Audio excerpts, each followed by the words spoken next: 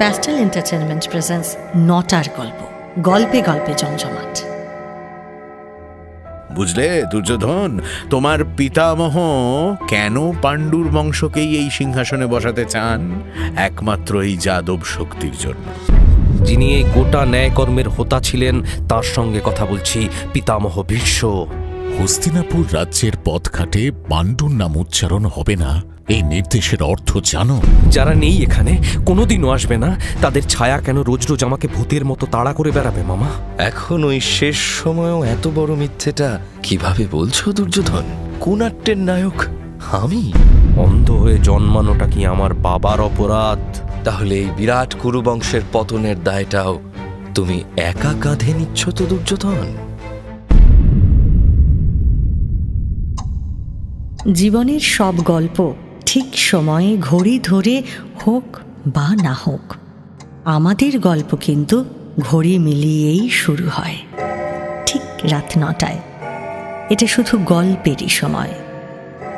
শুনছেন নটার গল্প, গল্পে গল্পে জমজমাট।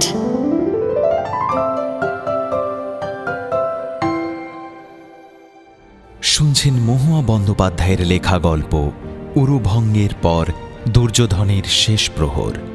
প্রযোজনা প্যাস্টেল এন্টারটেনমেন্ট। গল্পের শেষে আজও থাকবে একটি প্রশ্ন। প্রথম 10 জন সঠিক উত্তরদাতার নাম ঘোষণা করা হবে আগামী সপ্তাহের গল্পের শেষে।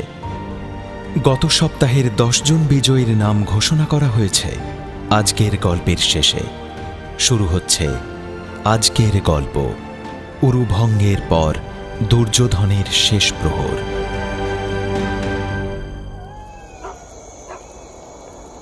না,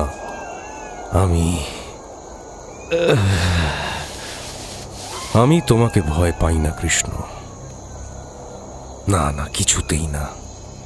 তুমি মায়া জানো, তুমি সম্মোহন জানো, তুমি অনেক কিছু জানো, কিন্তু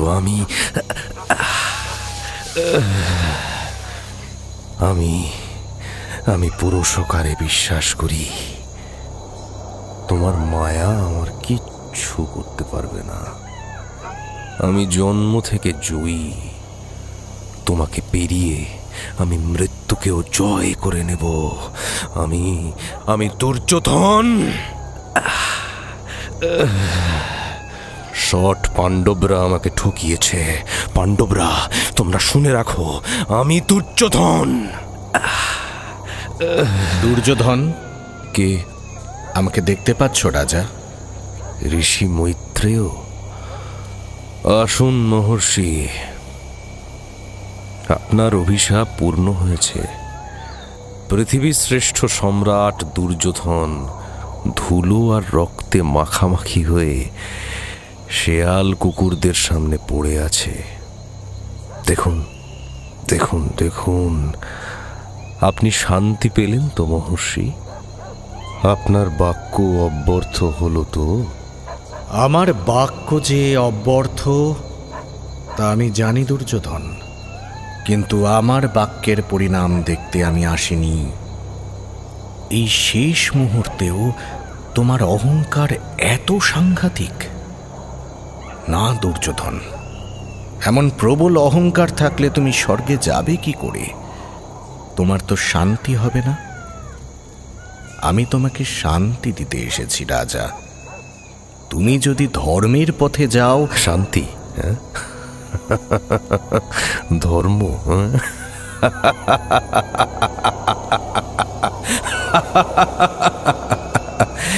ঋষি মৈত্রেয়, আপনি বোধহয় ভুল জায়গাতে এসেছেন।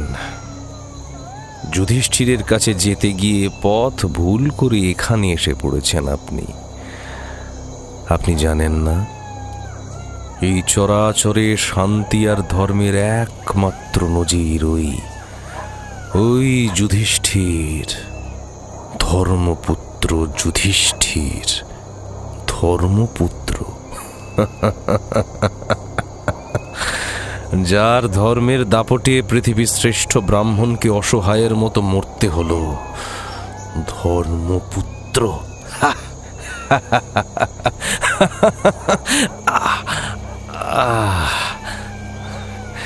যান ঋষিবর, ওই যে দূরে আগুন জ্বলছে, ওই হলো পাণ্ডবদের শিবির।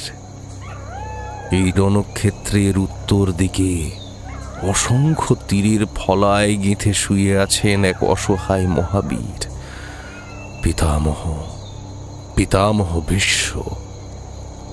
আর দক্ষিণে আমি, শেয়াল কুকুরদের মাঝখানে আমাদের একা থাকতে দিন ঋষি মৈত্রেয়। মৃত্যু বেছে নিক, সে কার কাছে আগে যাবে। কুরুক্ষেত্রের যুদ্ধ তখন প্রায় শেষ হয়ে এসেছে। ভীমের গদার আঘাতে কৌরব বংশের তেজ, গৌরব, অহংকার, অভিমান সব ধুলোয় লুটিয়ে পড়েছে। দুর্যোধনের অরুভঙ্গের সঙ্গে সঙ্গে কুরুবংশের ঘুরে দাঁড়ানোর মতো সমস্ত লড়াই এবার চুরমার হয়ে গেছে। যার ঘুরে দাঁড়ানোর কথা সেই তো পড়ে আছে অসহায়ের মতো। ঘৃণায়, অবজ্ঞায় ভুরু কুঁচকে একটু আগেই তাকে পেরিয়ে গেল দুই কনিষ্ঠ পাণ্ডব, নকুল আর সহদেব। তাদের ঠোঁটের বাঁকা হাসিটা যেন শেষবারের মতো জ্বালিয়ে দিয়ে গেল দুর্যোধনকে। আর সে যতবার চলে যায় ততবার তার সমস্ত জ্বালা গিয়ে পড়ে কৃষ্ণের ওপর। এতখানি অবিচার কিছুতেই মেনে নিতে পারছে না দুর্যোধন। বলরাম ছিলেন তার শেষ ভরসা। হ্যাঁ, কৃষ্ণের অন্যায়ের বিরুদ্ধে একমাত্র তিনিই প্রতিবাদ করেছেন। দুর্যোধনের সেইটুকুই শান্তি। কিন্তু তিনিও তো কুরুক্ষেত্রে তাকে একা ফেলে দ্বারকার দিকে চলে গেলেন। অতি কষ্টে ঘাড় ঘুরিয়ে দ্বারকার পথে চেয়ে বলরামের ফেলে যাওয়া রথের ধুলোকেই মনে মনে প্রণাম জানায় দুর্যোধন। আর ঠিক তখনই যেন পাতাল ফুঁড়ে উঠে আসেন ঋষি মৈত্রেয়। এই মুনি ঋষিরা কেন যে বারবার সেই একই কথা বলে যান দুর্যোধন বুঝতে পারে না। ভুল, ভুল আর ভুল। কার ভুল? কিসের ভুল? না, তার কোনো ভুল নেই। সে কি করেছে, কেন করেছে, সেসব কথা নিজে খুব ভালো করে জানে দুর্যোধন। প্রতিটা কাজের যুক্তি এবং উত্তর তার কাছে আছে। হ্যাঁ, অন্যের চেয়ে অনেক স্পষ্টভাবেই আছে। রাত এখন কোন প্রহরে দাঁড়িয়ে বুঝতে পারে না দুর্যোধন। তার মনে হয় শেয়াল সাপদদের জ্বলন্ত চোখগুলো কেমন যেন হস্তিনাপুরের দেউড়িতে জ্বলা মশালের আলোর সঙ্গে মিলে যাচ্ছে, নাকি যন্ত্রণা আর অপমান এবার ক্লান্তি হয়ে নেমে আসছে তার চোখে। আস্তে আস্তে চোখ বুজে এলো তার বুকের মধ্যে সেই কবেকার হস্তিনাপুর যেন একটু একটু করে জেগে উঠছে। কতই আর বয়স তখন তার? খুব বেশি হলে বছর 15। হয়তো কুন্তলের পিঠ থেকে নেমে আসছে সে। কুন্তল তার অতি সাধের ঘোড়া। সুদূর গান্ধার থেকে তার মামা তাকে এনে দিয়েছেন। হাতটা বাড়িয়ে দিয়েছিল সহিস, কিন্তু দুর্যোধন কারো সাহায্যের দিকে ফিরেও তাকায় না। ছোটবেলা থেকেই যুদ্ধ খেলায় তাকে কেউ হারাতে পারে না। শিরস্ত্রাণটা এক হাতে শক্ত করে ধরে কুন্তলের উঁচু পিঠ থেকে লাফিয়ে নামল সে। কুন্তলের খুরের শব্দ তার মামা শকুনির কানে ঠিক পৌঁছয়। শকুনি যেখানেই থাকুক সঙ্গে সঙ্গে ভেতরের বাগানটায় এসে দাঁড়ায়। আর তাকে দেখেই আনন্দে উৎসাহে নানা কথা কলকলিয়ে বলে ওঠে অল্প বয়সী দুর্যোধন। আজও তার মামা এসে দাঁড়ালো তার কাছে। এই যে ভাগ্নে, তোমার শান্ত ভ্রমণ হলো? শুনি রাজধানীর পথে আজ নতুন কি দেখতে পেলে? কিচ্ছু না, এ পথে দেখার মতো কিছুই নেই। সে কি ভাগ্নে, রোজই তো কিছু না কিছু দেখে এসে। আরে, তোমার মুখখানা এত গম্ভীর কেন দুর্যোধন? কি হয়েছে? কোথাও কোনো সমস্যা হয়েছে? কেউ কিছু বলেছে তোমাকে? আমাকে বলো ভাগ্নে। আমাকে কেউ কিছু বললে তার মাথাটা ধড়ের ওপর থাকতো না মামা, সে কথা সবাই জানে। তাহলে তোমার এত মন খারাপ কেন ভাগ্নে? এসো ভেতরে এসো।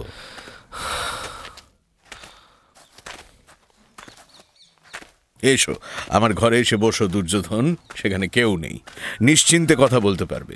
এসো পুত্র। কুমারের জয় হোক। এসো ভাগ্নে, এসো, নিশ্চিন্ত হয়ে বসো এখানে। হ্যাঁ, এবার বলো তো ঠিক কি হয়েছে তোমার? যারা নেই এখানে, কোনোদিনও আসবে না, তাদের ছায়া কেন রোজ রোজ আমাকে ভূতের মতো তাড়া করে বেড়াবে মামা? কেন লোকে শুধু আমাকে, দুর্যোধনকে তার নিজের মতো করে মনে রাখতে পারবে না? বুঝেছি। তার মানে আজও কেউ সেই পুরনো রাজার কথা তুলেছে, তাই তো? কে বলেছে ভাগ্নে? কোনো প্রজা? প্রজা হলে তাকে তখনই শিক্ষা দিতাম, কিন্তু তিনি তো এক ঋষি। ঘোড়ার পিঠ থেকে নেমে এসে তাকে নাকি প্রণাম করা উচিত ছিল। মহারাজ পাণ্ডু নাকি সেটাই করতেন। পাণ্ডু পাণ্ডু পাণ্ডু। যেখানেই যাই সেখানেই এই একটাই নাম বারবার ঘুরে ফিরে আসে মামা। তার ছায়ায় এতকাল আমার বাবাকে পড়ে থাকতে হয়েছে, আর এখন আমাকে। এই ছায়াটা আমার কাছে অভিশাপের মতো, বুঝতে পারছো মামা? আমি সব বুঝতে পারছি ভাগ্নে। শান্ত হও, শান্ত হও, মাথা ঠান্ডা করো। তুমি না রাজপুত্র? আচ্ছা বেশ, এই ব্যাপারে তোমার বাবাকে না হয় তোমার দাদু ভীষ্মের সঙ্গে কথা বলতে বলবো, তোমাকে যেন আর এসব তুলনা শুনতে না হয়। দেখছি কি করা যায়। তুমি আপাতত যাও ভাগ্নে, তোমার মায়ের কাছে গিয়ে একটু বিশ্রাম নাও। হস্তিনাপুর রাজ্যটা আকারে, আয়তনে, ধনে, মানে, শক্তিতে পৃথিবীর যে কোনো রাজ্যের চেয়ে শ্রেষ্ঠ। কোনো রাজাই এই রাজ্যের দিকে চোখ তুলে তাকাতে সাহস পায় না। হাতি, ঘোড়া, দাস, দাসী, সৈন্য, সামন্ত, আমির ওমরাহতে সে রাজ্য একেবারে গমগম করছে, কিন্তু রাজপরিবারের মনে শান্তি নেই। প্রজারা আড়ালে আবডালে বলে থাকে যে এই পরিবারের ওপর থেকে নাকি জীবনেও অভিশাপ ঘুচবে না। হস্তিনাপুরের সবচেয়ে জনপ্রিয় শাসক পাণ্ডু যেদিন থেকে অবসর নিয়ে বহু দূরে সরে গেছেন, সেদিন থেকে প্রজারা কেউই আর ভালো নেই। বড় অকালে সরে গেলেন পাণ্ডু। এমন এক স্নিগ্ধ প্রজাদরদী শাসকের কোনো বিকল্প হয় না, প্রজারা তাই মনে করেন। বড় ভাই ধৃতরাষ্ট্র মসনাদে বসেছেন তা প্রায় অনেক কাল হয়ে গেল। শাসক হিসেবেও খুব একটা খারাপ তিনি নন, কিন্তু লোকে যেন সেই পাণ্ডুর শোক আর কিছুতেই ভুলতে পারে না। একে তো প্রতিবন্ধী, তার উপর তারই ছোট ভাইয়ের ছত্রছায়ায় বাস করার কষ্টটা যে কি ভীষণ তা জানে দুর্যোধন। বয়সে কাঁচা হলে হবে কি, দুর্যোধনের মানসিকতা অনেক দিনই পরিণত হয়ে উঠেছে। শোয়ার ঘরে ছেলেকে বুকে জড়িয়ে ধরে তার বাবা যখন বসে থাকেন, দুর্যোধন বুঝতে পারে তার বাবা নিঃশব্দে কাঁদছেন। এক পৃথিবী সম্পদ থাকলেও ধৃতরাষ্ট্রের আসল সম্বল যে মাত্র দুটোই, অন্ধচোখের জল এবং তার বড় ছেলে, তা জানে দুর্যোধন। বাবা সেই অসহায়ত্ব দেখতে দেখতেই বড় হয়েছে যে সে, কিন্তু আজ না। আজ যদি এই ছায়াটাকেই না সরানো যায়, তাহলে আগামী দিনে দুর্যোধনের অবস্থাও তো তার বাবার মতোই হবে। সুতরাং তার দাদু ভীষ্ম, বাবা ধৃতরাষ্ট্র এবং কাকা বিদুরের মন্ত্রণা কক্ষের গোপন আলোচনার মাঝখানে আপন অধিকারে সে নিজেও এসে বসেছে। আগামীর যুবরাজ সে, নিজেকে খুব দ্রুত তৈরি করে নিতে হবে তাকে। ধৃতরাষ্ট্র, তুমি রাজা, তুমি যা করবে তার দায় এবং দায়িত্ব অনেক বেশি। সেই দায় নিতে তৈরি আছো তো? আজ অবধি কোনো দায়িত্বকেই তো আমি অবজ্ঞা করিনি জ্যেষ্ঠতা। তো এখন এই প্রশ্নের অর্থ? হস্তিনাপুর রাজ্যের পথঘাটে পাণ্ডুর নাম উচ্চারণ হবে না, এই নির্দেশের অর্থ জানো? কাউকে তার নিজস্ব ভূমি থেকে এভাবে উৎপাটন করা যায় না ধৃতরাষ্ট্র। আজ তুমি পাণ্ডুকে যেভাবে উৎখাত করতে চাইছ, কাল তোমার সঙ্গেই যদি সেই একই আচরণ করা হয়, সেটা তুমি মেনে নিতে পারবে তো রাজা? ক্ষমা করবেন পিতামহ, বয়সে অনেক ছোট হলেও এই আলোচনায় আমাকে ঢুকতে হচ্ছে। যদিও একে আমি অনধিকার প্রবেশ বলে মনে করি না। আমি আমার বাবার মুখপাত্র হয়ে কথা বলতেই পারি, কারণ আমি এই রাজ্যের আগামী যুবরাজ। আমার বাবাকে আপনি ভুল বুঝছেন পিতামহ। বাবা কিন্তু মহারাজ পাণ্ডুকে উৎখাত করতে বলেননি। বাবার বক্তব্য হলো এতগুলো বছর পর এবার অন্তত পাণ্ডুর সঙ্গে অকারণ তুলনা করা বন্ধ হোক। প্রজাদের বোঝানো হোক যে যার যত হাহাকার জমা আছে সেসব রাজ্যের বাইরে গিয়ে মিটিয়ে আসুক, রাজা নিজে না হয় তার পাথেও জুগিয়ে দেবে। দুর্যোধন, গুরুজনেদের সঙ্গে কি করে কথা বলতে হয় সেই শিক্ষা তোমার নেই? ঠিক এই কারণে হস্তিনাপুরের লোকজন এখনো কথায় কথায় পাণ্ডুর তুলনা টেনে আনে। সত্যি তার ন্যায় নীতি জ্ঞানের কোনো তুলনা ছিল না। ন্যায়? সত্যি তো, তিনি ভারী ন্যায়পরায়ণ। না হলে এত গুরুজনের চোখের সামনে বড় ভাইকে সরিয়ে কেউ রাজা হয়ে বসে? দুর্যোধন, তুমি কার সঙ্গে এইভাবে কথা বলছো জানো? জানি কাকা, যিনি এই গোটা ন্যায়কর্মের হোতা ছিলেন তার সঙ্গে কথা বলছি, পিতামহ ভীষ্ম। আমার বাবা ধৃতরাষ্ট্র এবং তার ভাই পাণ্ডুর মধ্যে শুরু থেকে কোনো বিভেদ ছিল না বলেই শুনেছি। বাবার প্রতি তার ছোট ভাইয়ের সম্মান শ্রদ্ধা যথেষ্ট ছিল, কিন্তু সেই সমস্ত বন্ধন শুধুমাত্র আপনাদের জন্যই ছিন্ন ভিন্ন হয়ে গেল, সে কথা অস্বীকার করতে পারেন? অন্ধ হয়ে জন্মানোটা কি আমার বাবার অপরাধ? প্রতিবন্ধকতার কারণে যদি সিংহাসনে অধিকার না জন্মায়, তাহলে বিচিত্র বীর্যকে আপনি রাজপদে বসালেন কেন পিতামহ? তিনিও তো শুনেছি পুরুষত্বহীন, সেটা অপরাধ নয়? দুর্যোধন! সেই প্রবল চিৎকারে বুকের ভেতর পর্যন্ত চমকে উঠল দুর্যোধনের। বছরের পর বছর পেরিয়ে আজও সেই চিৎকার তার কানে এসে বাজছে যেন। চমকে উঠে চোখ খুলতেই ওপরের নিঝুম কালো আকাশটা চোখে পড়ল তার। তারায় তারায় একেবারে ভরে আছে।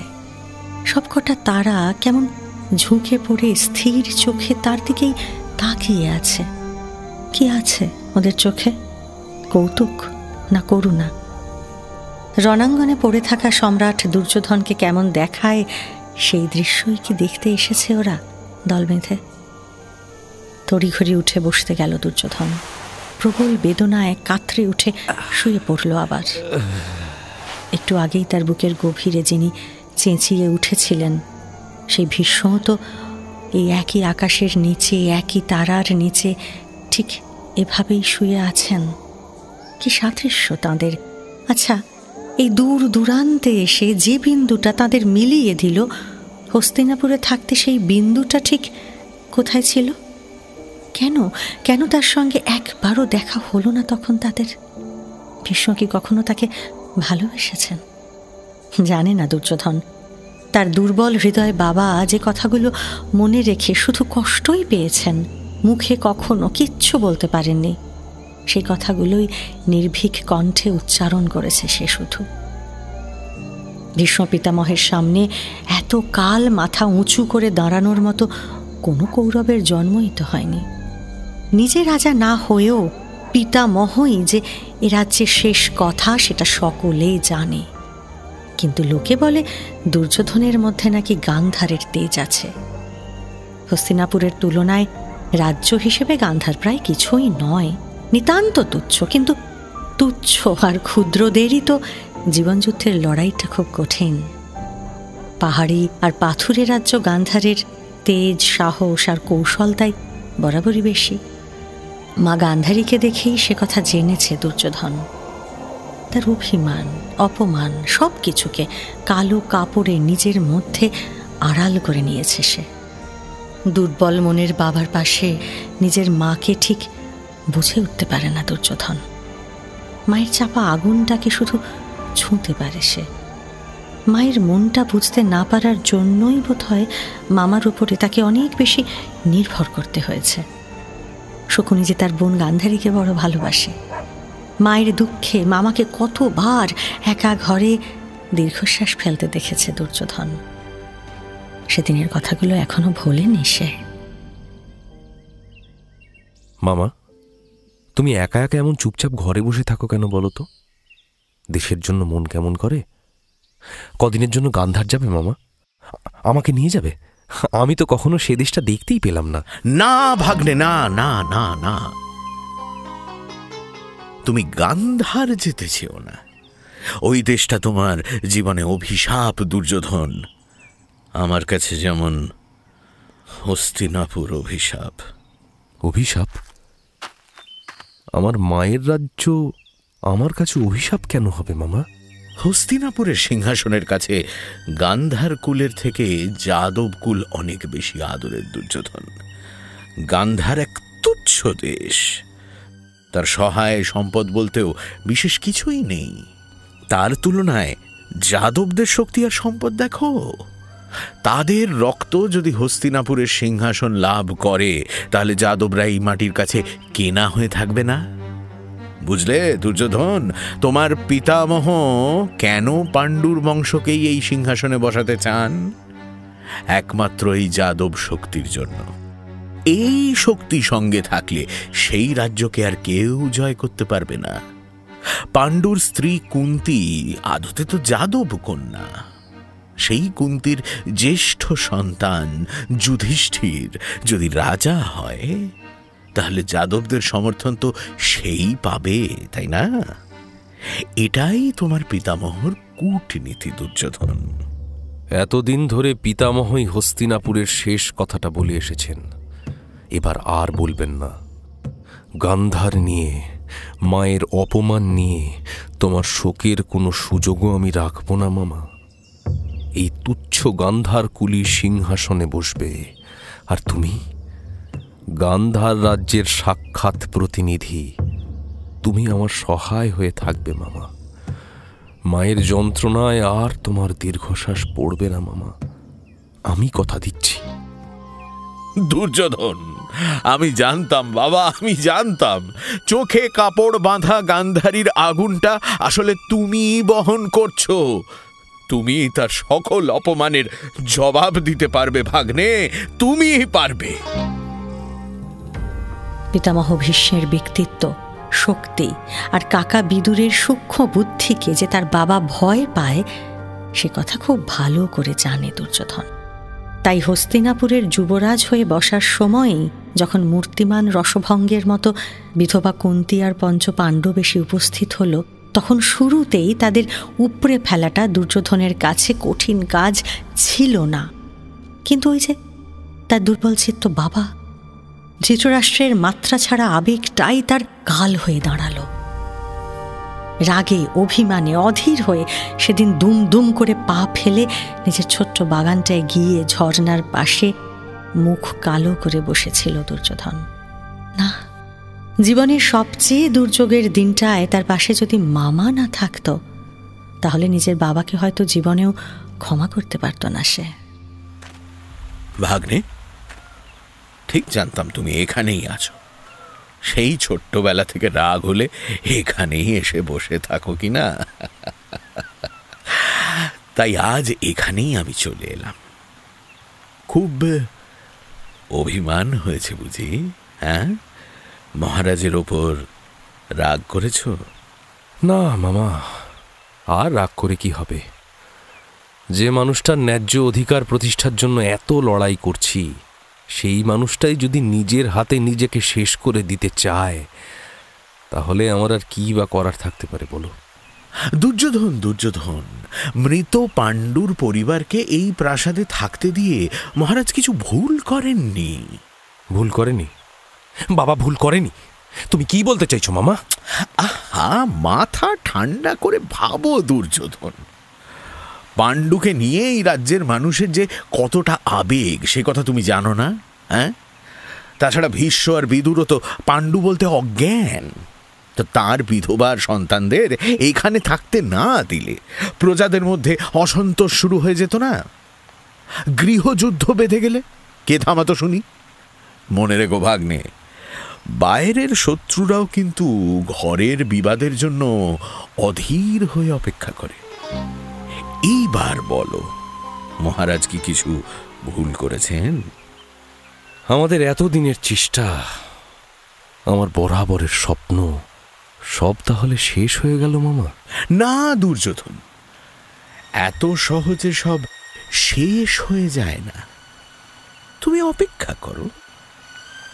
নিজে হাতে ওই 5 ভাইয়ের কোনো ক্ষতি করতে যেও না। তোমার পিতামহ শাস্তি দিতে পারেন, বরং যোগ্য কারোর জন্য অপেক্ষা করো, এমন কেউ যার উপর ওই ভীষ্মের কোনো নিয়ন্ত্রণ থাকবে না। তারপর কাঁটা দিয়ে কাঁটা তুলবে।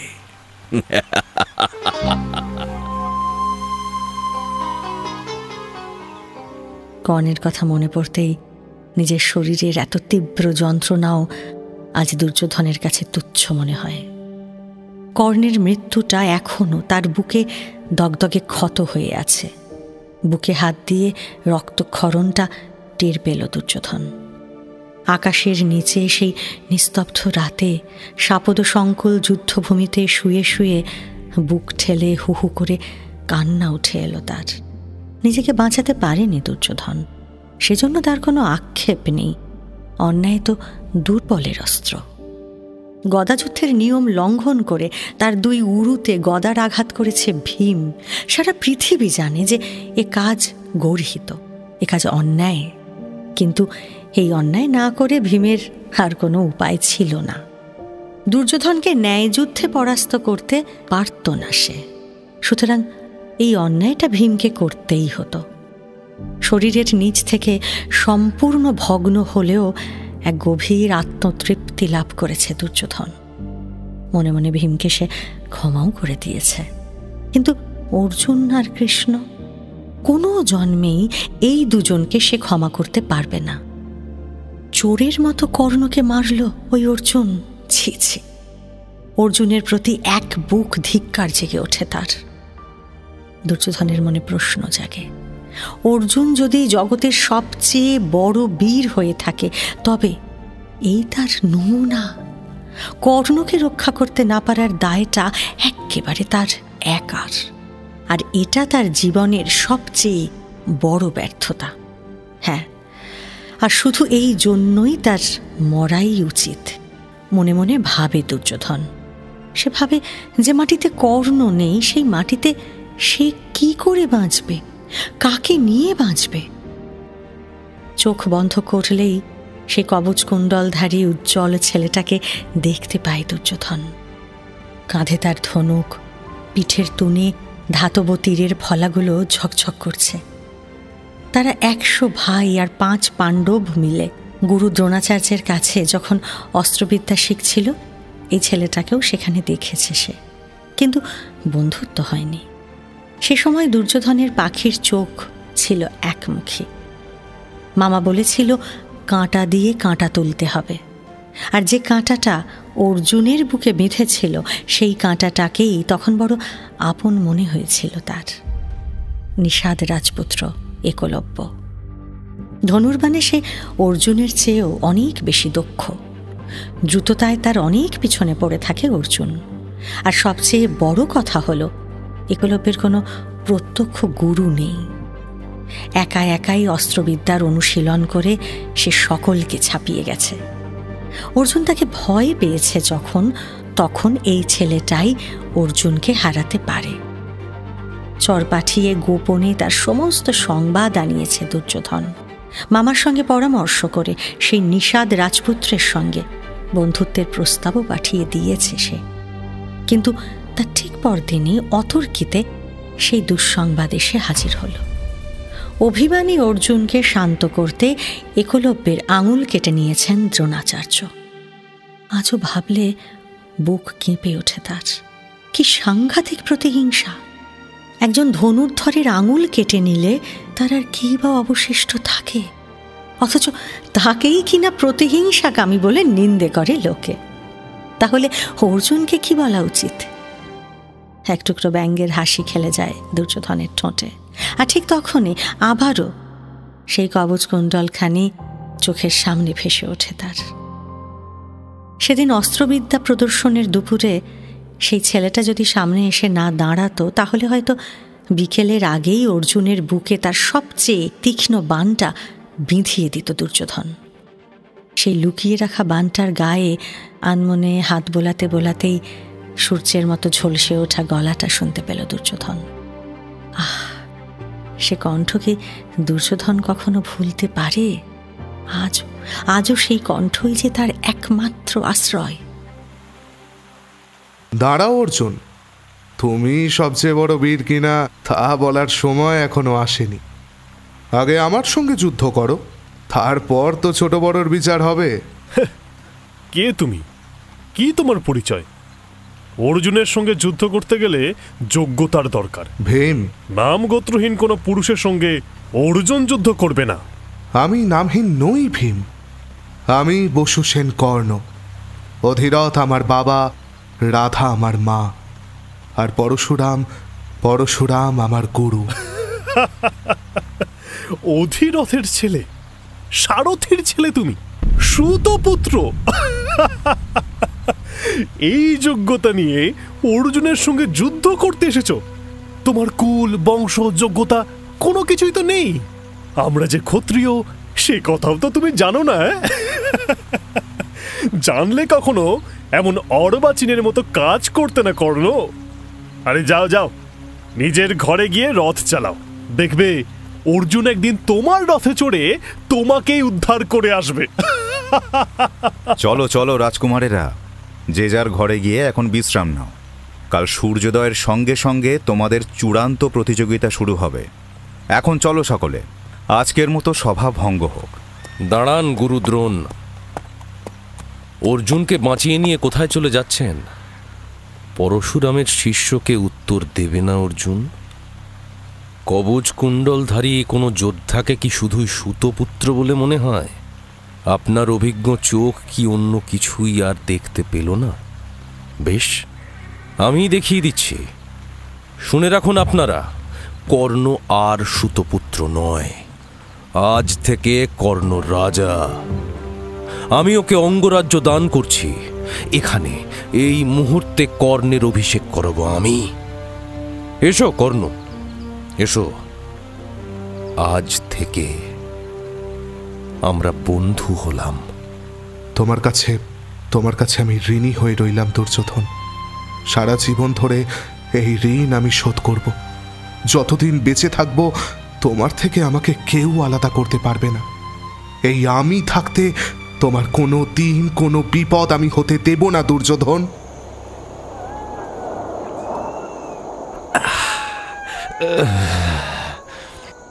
কর্ণ, কর্ণ, কর্ণ, দুষ্টুরা তোমাকে অন্যায়ভাবে ছিনিয়ে নিয়ে গেল বন্ধু। বন্ধু, আমি তোমাকে রক্ষা করতে পারলাম না। দেখো কর্ণ, দেখো, সাপদের দল কিন্তু তোমাকে ছুঁতে পারবে না। এই যে আমি আধমরা হয়ে পড়ে আছি, তারা সব এখন আমাকে ঘিরে আছে। দেখো, তুমি শান্তিতে ঘুমো কর্ণ। অন্তত এটুকু তো করতে পারলাম। রক্তে মাখামাখি দুর্যোধনের গা গুলিয়ে এক ভয়ঙ্কর হাসি উঠে এলো। তার জন্মের পরেই নাকি সূক্ষ্মবুদ্ধির বিদুর বলেছিল, মহারাজের ছেলের জন্ম অত্যন্ত অশুভ। এর জন্মের সময় শাপথের গর্জন শুনেছেন মহারাজ? একে ত্যাগ করুন। হলোই বা আপনার জ্যেষ্ঠ সন্তান, এই অমঙ্গলকে আপনার রাজ্যে স্থান দেবেন না রাজা। ত্যাগ করুন, এক্ষুনি ত্যাগ করুন। তাতে এই রাজ্যের মঙ্গল, আপনার মঙ্গল, প্রজাদের মঙ্গল।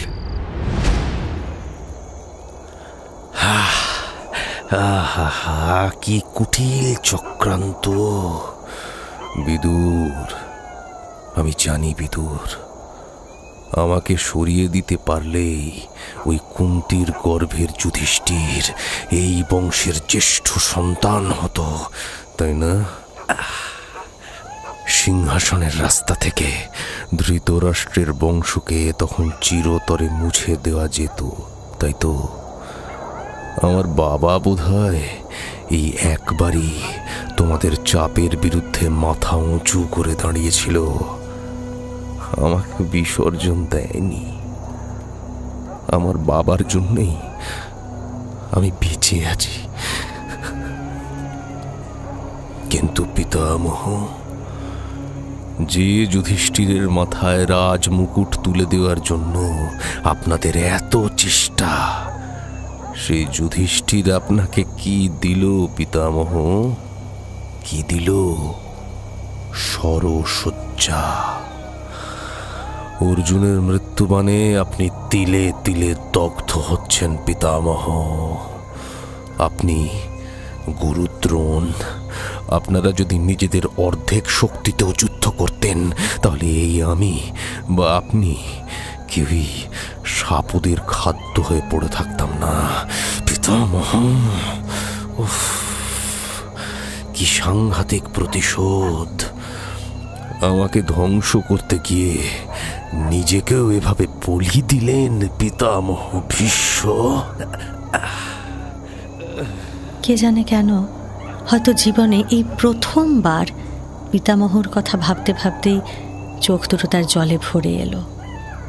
ডান হাতের বন্ধনীটা খসে গেছে তার, কাঁধ থেকে তখনও রক্ত গড়িয়ে নামছে। সেই রক্তাক্ত হাতখানাই চোখে ঢাকা দিল সে। না, লৌহ মানবের চোখে জমে ওঠা বাষ্পর সাক্ষী সে কাউকে কিছুকেই রাখতে চায় না, তারা ভরা আকাশকেও না। কিছুতেই কাউকে তার চোখের জল দেখতে দিতে চায় না সে।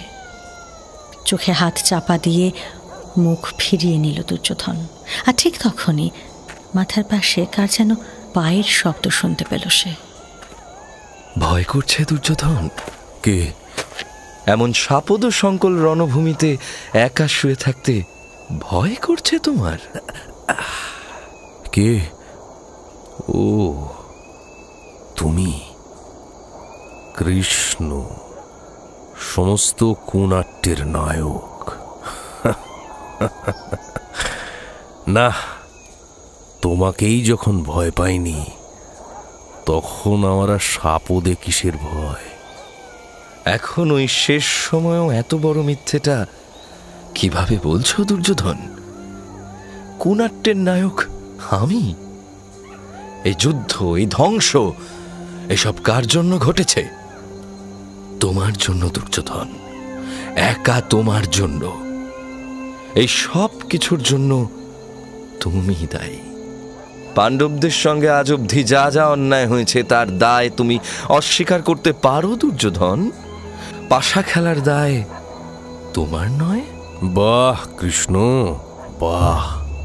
এই তোমার রাজবুদ্ধি। রাজায় রাজায় পাশা খেলা তো অতি চর্চিত বিষয় কৃষ্ণ। সেই নল দময়ন্তীর যুগ থেকে পাশা খেলা এবং পাশার দানে সর্বশান্ত হওয়ার নজির চলে আসছে। তুমি রাজা হয়ে এইটুকুও জানো না? পাশা খেলা দোষের নয় দুর্যোধন, ষড়যন্ত্রটা দোষের। মহারাজ যুধিষ্ঠিরকে অন্যায়ভাবে লুট করেছিলে তোমরা। তার সেই আশ্চর্য সভা দেখে ঈর্ষায় জ্বলে পুড়ে শেষ হয়ে যাচ্ছিলে তোমরা। আর তাই ওরকম বিশ্রী ষড়যন্ত্র করে ধর্মপুত্র যুধিষ্ঠির তার আপন ধর্ম অনুসারী পণ রেখেছিল কৃষ্ণ। কেউ তাকে পণ রাখতে বাধ্য করেনি। তার রাজ্য, দাসদাসী, ঘোড়া, হাতি, প্রজা, অলংকার, এমনকি নিজের ভাইদেরও পণ হিসেবে রেখেছিল সে, তোমাদের ধর্মপুত্র।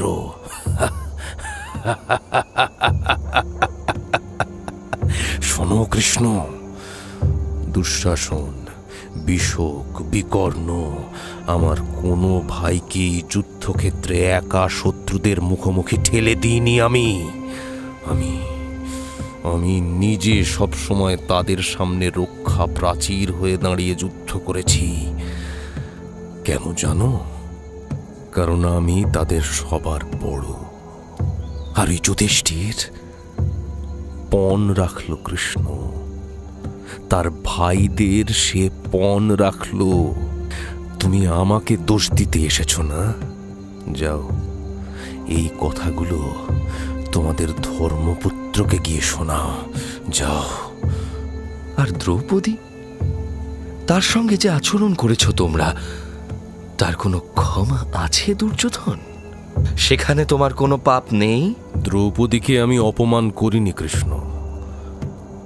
সে দূত সভার কাহিনী তোমাদের ধার্মিক শিবিরে গিয়ে খোঁজ নাও। যাও, শুনে এসো কে দ্রৌপদীকে অপমান করেছিল। ওই যুধিষ্ঠির।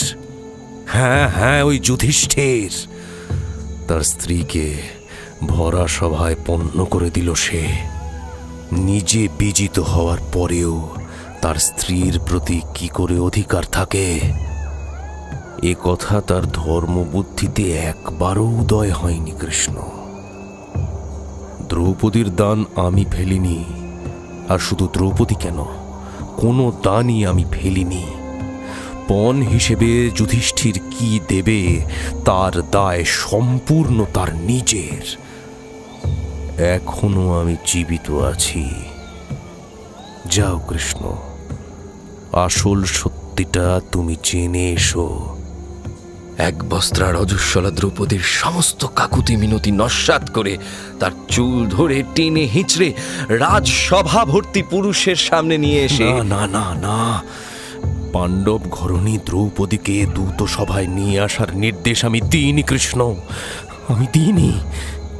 সেই যে পাঞ্চাল রাজ্যের স্বয়ম্বর সভায় দ্রৌপদীর বড়মাল্য লাভে একবার আমি ব্যর্থ হয়েছিলাম, তারপর থেকে মাত্র একটি দিন ছাড়া আর কখনো পাঞ্চালীর মুখের দিকে চোখ তুলে চাইনি আমি। ইন্দ্রপ্রস্থে পাট রানী দ্রৌপদীকে পাশে নিয়ে রাজসূয়যজ্ঞ করেছে যুধিষ্ঠির। সেখানেও দ্রৌপদীর থেকে আমার দৃষ্টিকে আমি সরিয়ে রেখেছিলাম কৃষ্ণ, তুমি হয়তো জানো না। আমি সব জানি দুর্যোধন, আমি সব জানি। দ্রৌপদীকে দূত সভায় নিয়ে আসার নির্দেশ দিয়েছিল কর্ণ, আর তাকে নিয়ে এসেছিল দুঃশাসন। সেই দুজনই এভাবে অন্তিম লগ্নে অনুশোচনা প্রকাশের কোনো সুযোগই পায়নি। নিজের মুখে নিজের শ্লাঘার কথা বলতে পারলে পৃথিবীর এতখানি ভার বুকে নিয়ে মরতে হয় না। তারা তা পারেনি দুর্যোধন, কিন্তু তুমি সে সুযোগ পেয়েছ। জানি কৃষ্ণ, জানি। আমার একটিমাত্র অপরাধের কথা শুনতে চাইছ তো? হ্যাঁ, আমি অপরাধ করেছি। ভরা সভায় দ্রৌপদীকে প্রকাশ্যে আমার উরুস্থল দেখিয়েছি, কিন্তু বিশ্বাস করো কৃষ্ণ, পাঞ্চালীর প্রতি কামে নয়, গোটা পাণ্ডব কুলের প্রতি ক্ষোভে এই কাজ করেছি আমি। তা না হলে সেই দূত সভায় পাঞ্চালীর দাসত্ব মুক্তির পথটা আমি দেখিয়ে দিতাম না। ওই ভীরু কাপুরুষ স্বামী হওয়ার অযোগ্য পঞ্চ পাণ্ডবের দিকে তাকাতো আমার তখন ঘেন্না করছিল কৃষ্ণ। তবু একা কৌরব কণ্ঠ এই আমি বলেছিলাম, যুধিষ্ঠির বাদ দিয়ে বাকি 4 পাণ্ডবের মধ্যে থেকে কেউ একজন বলুক যে যুধিষ্ঠির আগে নিজেকে হেরে তারপর পাঞ্চালীকে পণ রেখেছিল। যুধিষ্ঠির আসলে হেরে যাওয়া মানুষ। পাঞ্চালীকে পণ রাখার অধিকার সে হারিয়েছিল তখন। বলুক কেউ। অনুগত ভাইদের দল একজন কেউ বলো অন্তত, তাহলেই পাঞ্চালী মুক্তি পাবে, তাকে আর দাসী থাকতে হবে না। কি হলো বলো কেউ, ঘটনাটা কি সত্যি? হ্যাঁ সত্যি, পাঞ্চালীকে পণ রাখার আগে যুধিষ্ঠির নিজেকেই হেরে বসেছেন। সেই অবস্থায় পাঞ্চালীকে পণ রেখেছিলেন উনি। পাঞ্চালীর ওপর তার কোনো অধিকার ছিল না।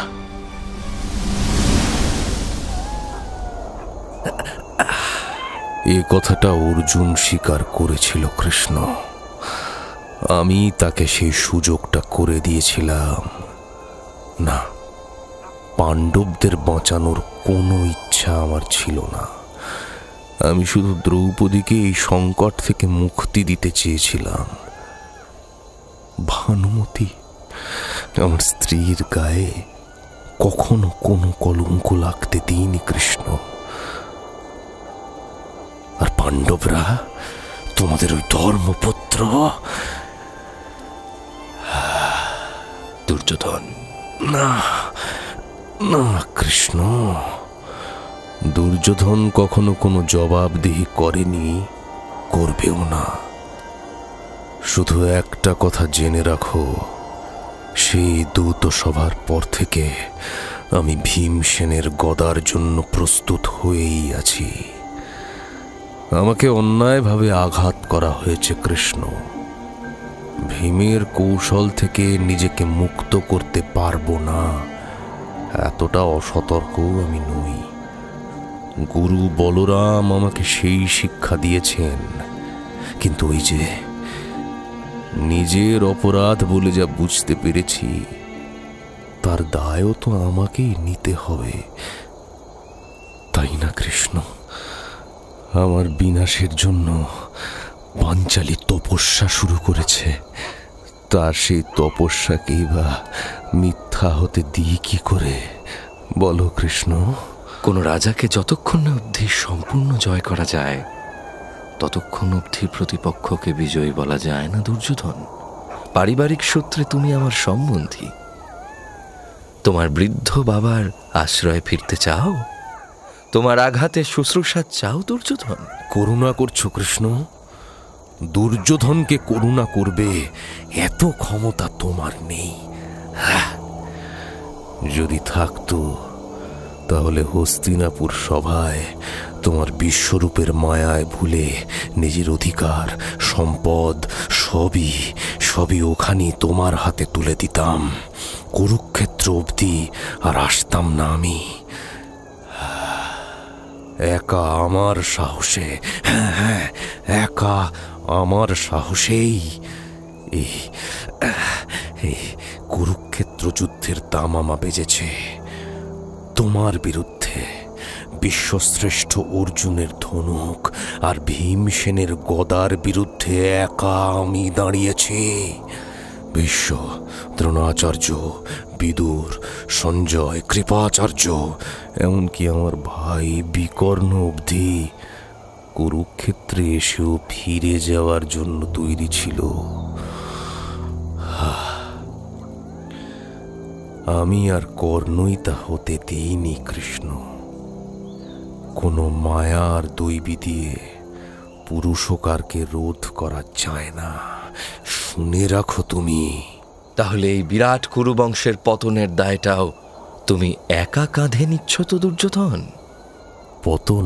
হ্যাঁ,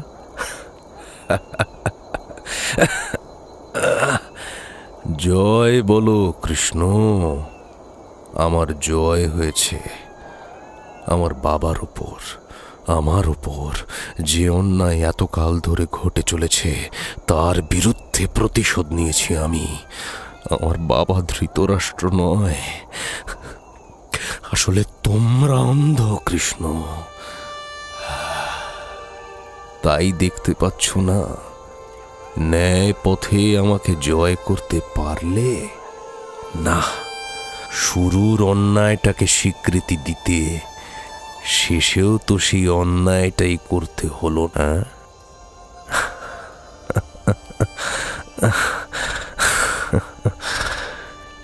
এটাই আমার জয় কৃষ্ণ। চোখে আঙুল দিয়ে তোমাদের দেখিয়ে যাচ্ছি, অন্যায় করলে অন্যায়। যাও কৃষ্ণ, ফিরে যাও, আমাকে একটু একা থাকতে দাও। তোমার কাছে মোক্ষ কিংবা স্বর্গ কোনো কিছুরই প্রয়োজন আমার নেই। আমি নিজে যা অর্জন করেছি তাই আমার পক্ষে যথেষ্ট। এর চেয়ে বাড়তি কিছুরই প্রয়োজন আমার নেই। দূরে দূরে মশাল জ্বলছে, অন্ধকার রাতের বুক চিরে কিছু আলো এদিক ওদিক ছড়িয়ে রয়েছে, বাকিটা শুধুই ধোঁয়াশা। বিজয়ী পাণ্ডবদের কাছ থেকে কোনো আলো কিংবা আশা কিছুই চায়নি দুর্যোধন। কৃষ্ণ চলে যাওয়ার পর কুরুক্ষেত্রের সেই প্রান্তটা আরো ভয়ানক নির্জন হয়ে গেল। শপথগুলো আর একটু ঘেঁষে এলো যেন। বাতাসটা আস্তে আস্তে শীতল হয়ে উঠছে। বাতাস নাকি মৃত্যু? মৃত্যুও তো এমনই শীতল। শুনেছে দুর্যোধন, তার ছেলে লক্ষণ, ভাই দুঃশাসন, বুকের পাঁজর কর্ণ ওই শীতল বাতাসের ওপারে সবাইকে পাবে সে। যন্ত্রণাটা ক্রমশ বাড়ছে তার, দাঁতে দাঁত চেপেও আর সহ্য করতে পারছে না সে কি দুর্বল হয়ে পড়ছে এবারে? আরও কয়েক ফোঁটা জল চোখ দিয়ে গড়িয়ে পড়ল। বড় করে একটা নিঃশ্বাস নিল সে, মনে মনে প্রার্থনা করল, মা, মা, এবার তবে আসি। সারা জীবন হয়তো আমাকে কুপুত্র ভেবে এসেছ, কিন্তু তোমার সেই গান্ধার দেশের তেজ ঢেকে রাখা কালো কাপড়টাই আমাকে যে শ্বেত শুভ্র থাকতে দিল না মা। সমস্ত বঞ্চনার বিরুদ্ধে আমি একা দাঁড়িয়ে রইলাম, শুধু তোমার ছেলে বলেই। বহু যোজন দূর থেকে আজ শেষ প্রণামটা জানাচ্ছি মা। শুনতে পাচ্ছি যথা ধর্ম তথা জয়। তোমার সেই আশীর্বাদী কণ্ঠস্বর আমার কানে আসছে মা। যথা ধর্ম ওই তো, তথা জয়।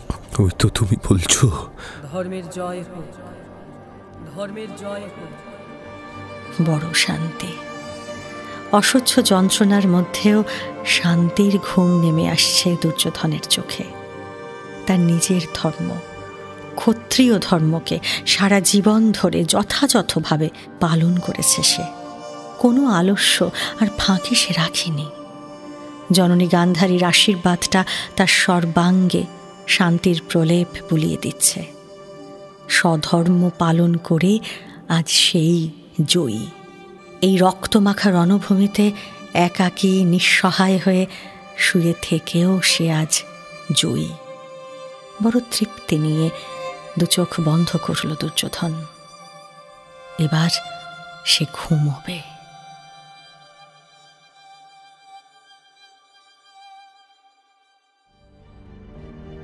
শুনলেন মহুয়া বন্দ্যোপাধ্যায়ের লেখা গল্প উরুভঙ্গের পর দুর্যোধনের শেষ প্রহর। আজকের প্রশ্ন, একেবারে শেষে কার গলার স্বর শুনতে পেলেন দুর্যোধন? গত সপ্তাহের কান্নারি গল্পের প্রশ্ন ছিল, কাকে উত্তরসূরি বাছলেন প্রণবানন্দ? প্রথম 10 জন সঠিক উত্তরদাতা হলেন মৌমিতা মণ্ডল, প্রিয়া নস্কর, লক্ষ্মীকান্ত হাজরা, বাবুলাল জানা, মঙ্গল প্রামাণিক, শ্রাবণী ভট্টাচার্য, মনীষা দত্ত, মোহাম্মদ শাহিন মণ্ডল, প্রীতম ধারা ও গোপীনাথ সাহা। নটার গল্প, গল্পে গল্পে জমজমাট। আমাদের এই চ্যানেলটি শেয়ার ও সাবস্ক্রাইব করুন। বেল আইকন প্রেস করতে ভুলবেন না কিন্তু।